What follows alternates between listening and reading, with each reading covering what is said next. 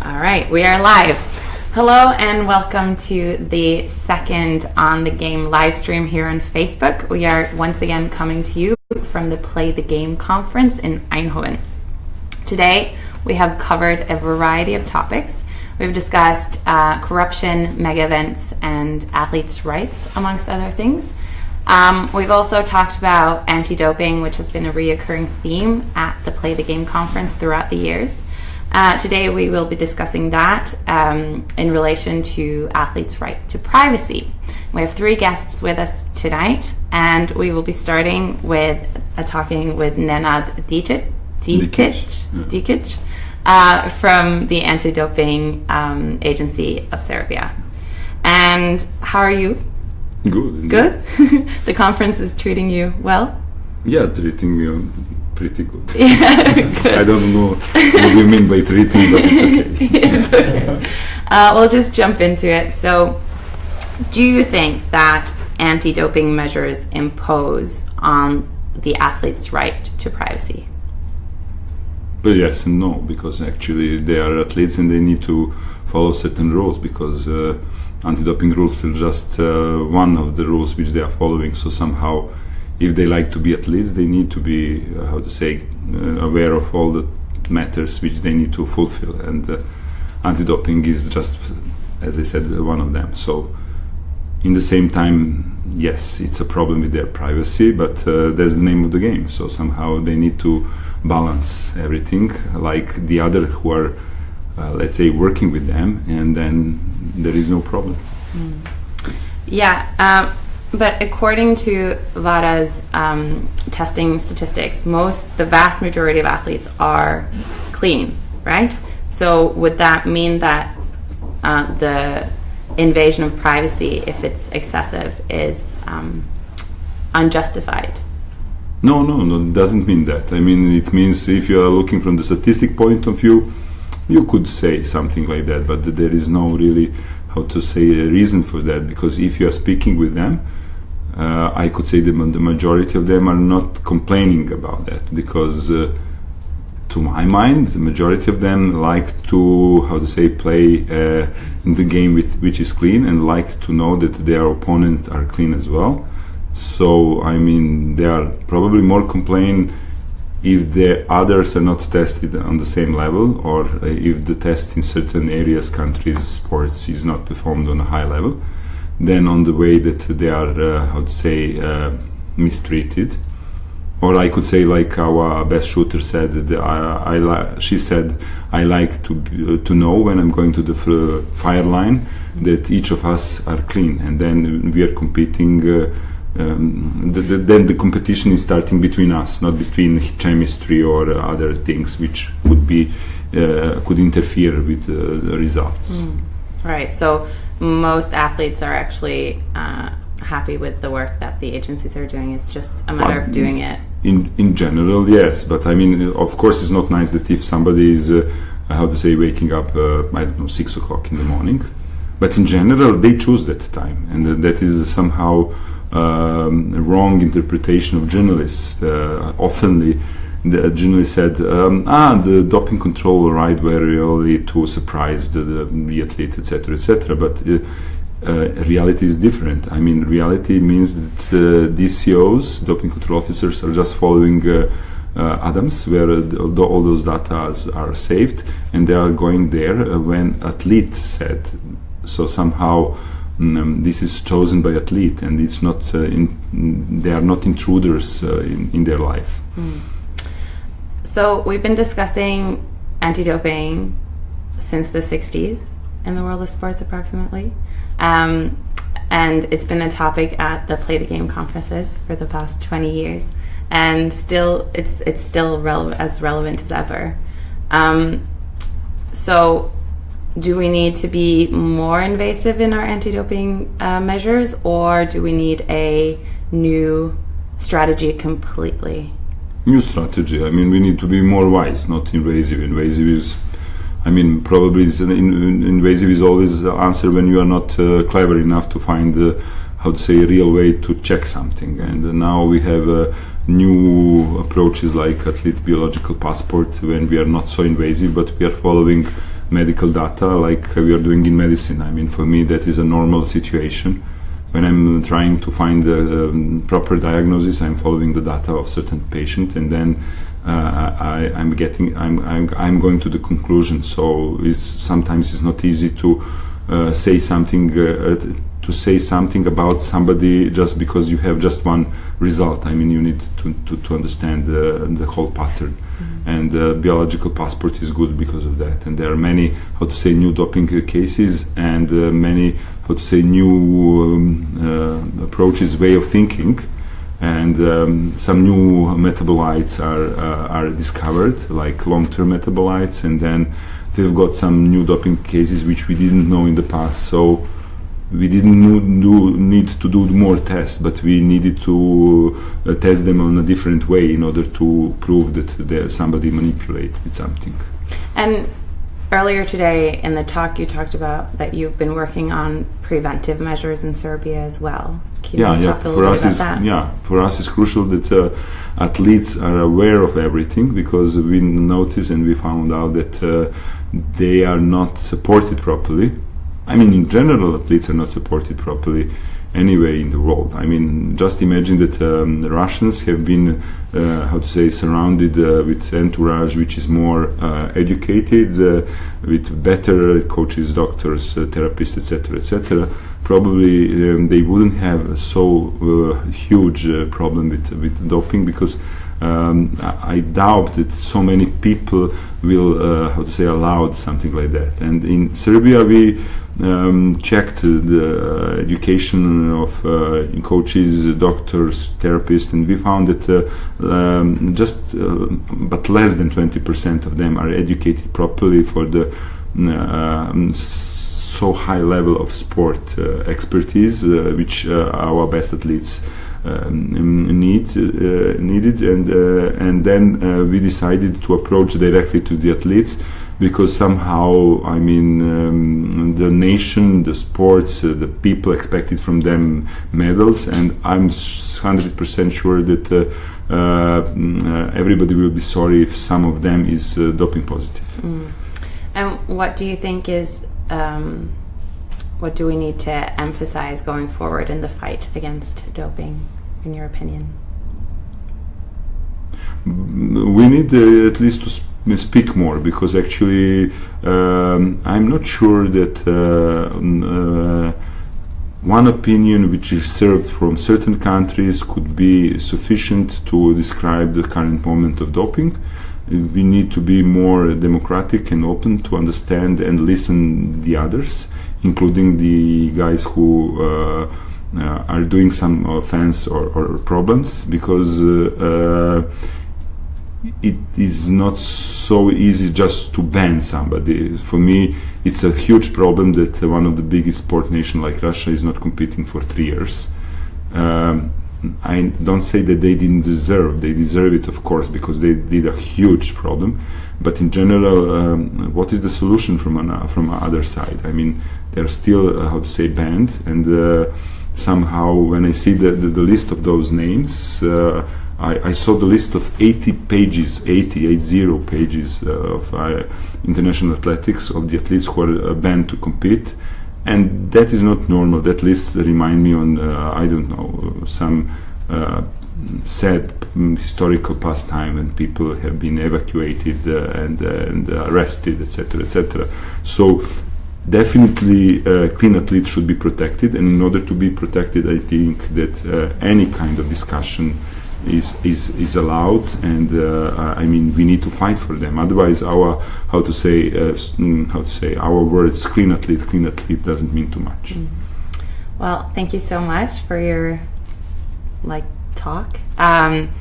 Enjoy the rest of the conference. Thank you. And probably speak to you Thank at you. a later time. Our next guest is Vassilis Barkkoukis. He is from the Aristotle University in Greece. Hi, how are you? I'm fine, thank you. You're fine. So, the rights to privacy versus anti-doping measures. Is it a zero-sum game, or can we find a middle ground, in your opinion? I think we need to find balance between these two things. Athletes have their own rights on their privacy, but on the other hand, it's part of the game. The anti-doping rules are part of the game. As long as they can do whatever they want during their sports, it's the same with doping. They need to be ready to be tested anytime, at least those who are in their whereabouts system. And one thing that we need to have in mind is that the whereabouts system involves only a few athletes around the world. So the problem is not as big as it seems to be. So the whereabouts only affects some athletes. Does that make athletes feel like it's unfair? If you know what I mean, like, is that an issue that the policies affect athletes differently in the world of sports? I wouldn't say that, because in the whereabouts system, elite athletes have been chosen to be in this process. So these are the best athletes in the world. So it's actually, in my mind at least, part of the job.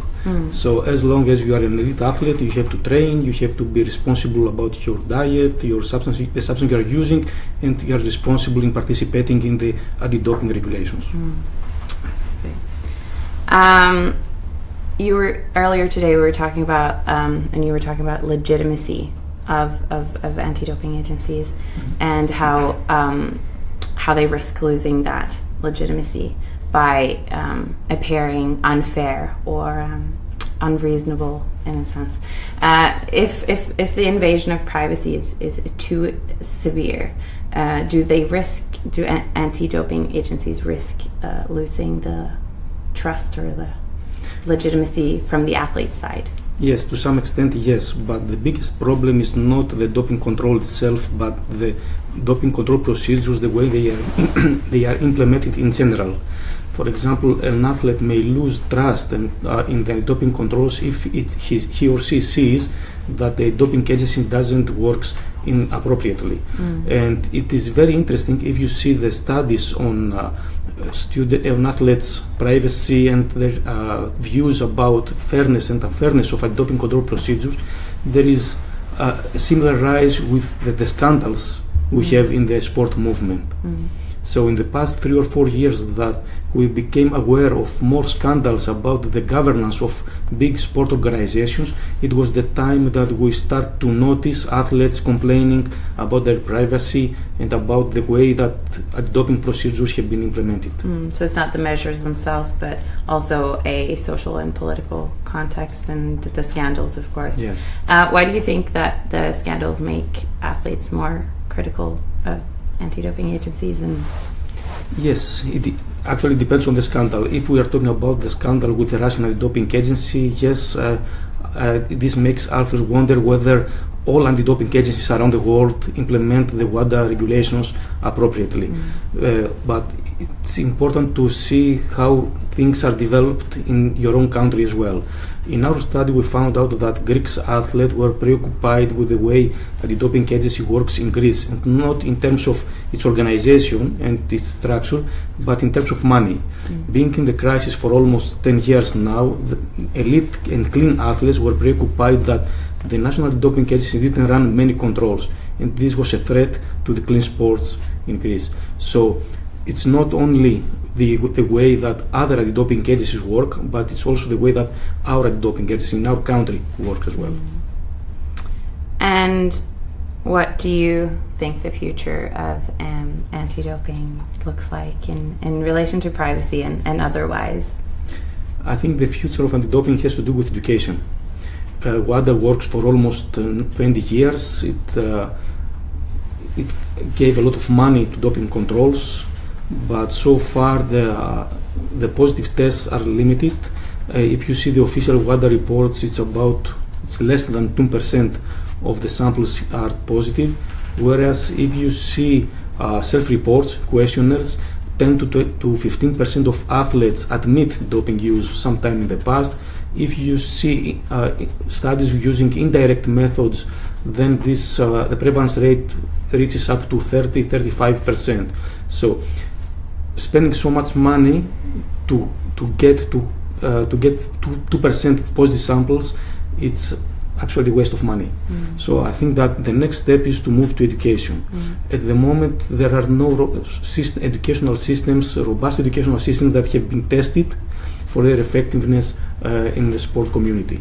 There are some systems, some programs that haven't been tested. WADA has launched one. It's a very nice one, but we don't know whether it's effective or not. So what I think is that in the future we should invest more on education. What are the biggest challenges in the fight against anti-doping? For me, the biggest challenge is to understand that this is an endless process. If we believe that we can stop it, we are going to lose the war. The challenge for me is to understand that each day, each month, we need to have a step forward in educating more people, in educating more athletes, in developing legislations that are suitable for both athletes and organizations, and step by step help athletes avoid the doping use. Do you feel like the dialogue to create that balance where anti-doping measures are working from the organizational side, but also something that isn't too imposing for the athletes? Is there a dialogue there? Do you feel like there is mutual understanding? At the moment, I think that there is no dialogue. This started a couple of years ago. It started when athletes started complaining about the way that regulations were implemented. So I think that another thing to do in the future is to work with athletes. This is something that we in the academia try to do it for a long time now. And the past 5-6 years, we're doing it with respect to the legitimacy of doping control procedures as well. So we expect that in the near future, we're going to have more information about how athletes believe that anti-doping regulations should be implemented. And probably this will help a lot. The sports organizations will feed back to the sports organizations of how they will regulate about doping. Thank you so much, and enjoy the Play the Game conference. Thank you. Our final and third guest tonight is Daniel Westmattelmann. He is not only a research assistant at the University of Münster in Germany, he's also a cyclist and an athlete. So we'll be talking a little bit about your experience as an athlete with anti-doping. Can you tell us a little bit about how the anti-doping policies impact an athlete's life?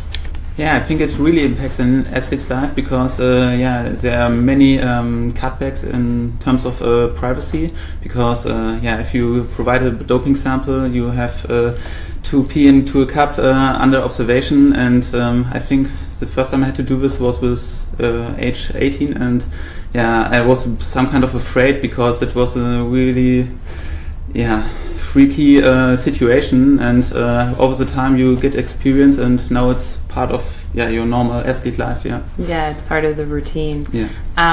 Why do you, so in other areas of society, these kinds of things would probably not be widely accepted? Why do you think? I got the impression from our two earlier guests that most athletes are fine with the measures that are taken to fight doping. Why do you think that is?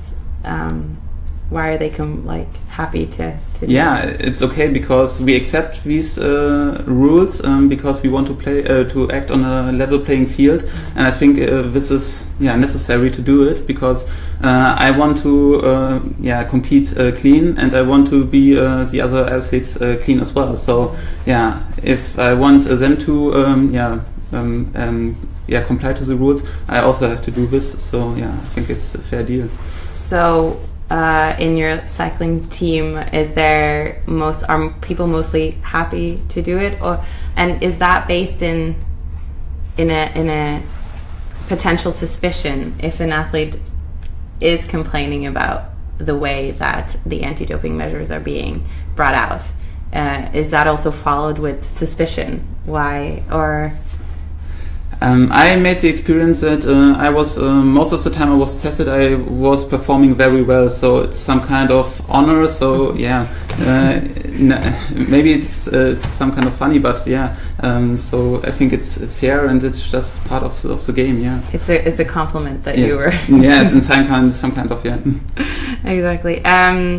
Do you think that there is a good balance between the measures being taken to fight anti-doping and consideration for an athlete's privacy, or could it be improved? Not really, because if you think of that, most of the athletes are tested once, twice, maybe 5 times a year, but you have to submit your whereabouts for every single day a year. You have to be available 24/7 for testing.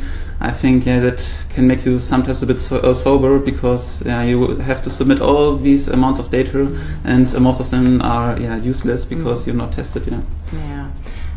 So the world of cycling has sort of had a lot of doping scandals. Do you think that that's changing? Have you noticed that there is a shift in attitude or in amongst the cyclists after all of these things there has been shed light on these things? I think so, because the UCI, the Cycling Federation, was the first federation that implemented the athlete's biological passport.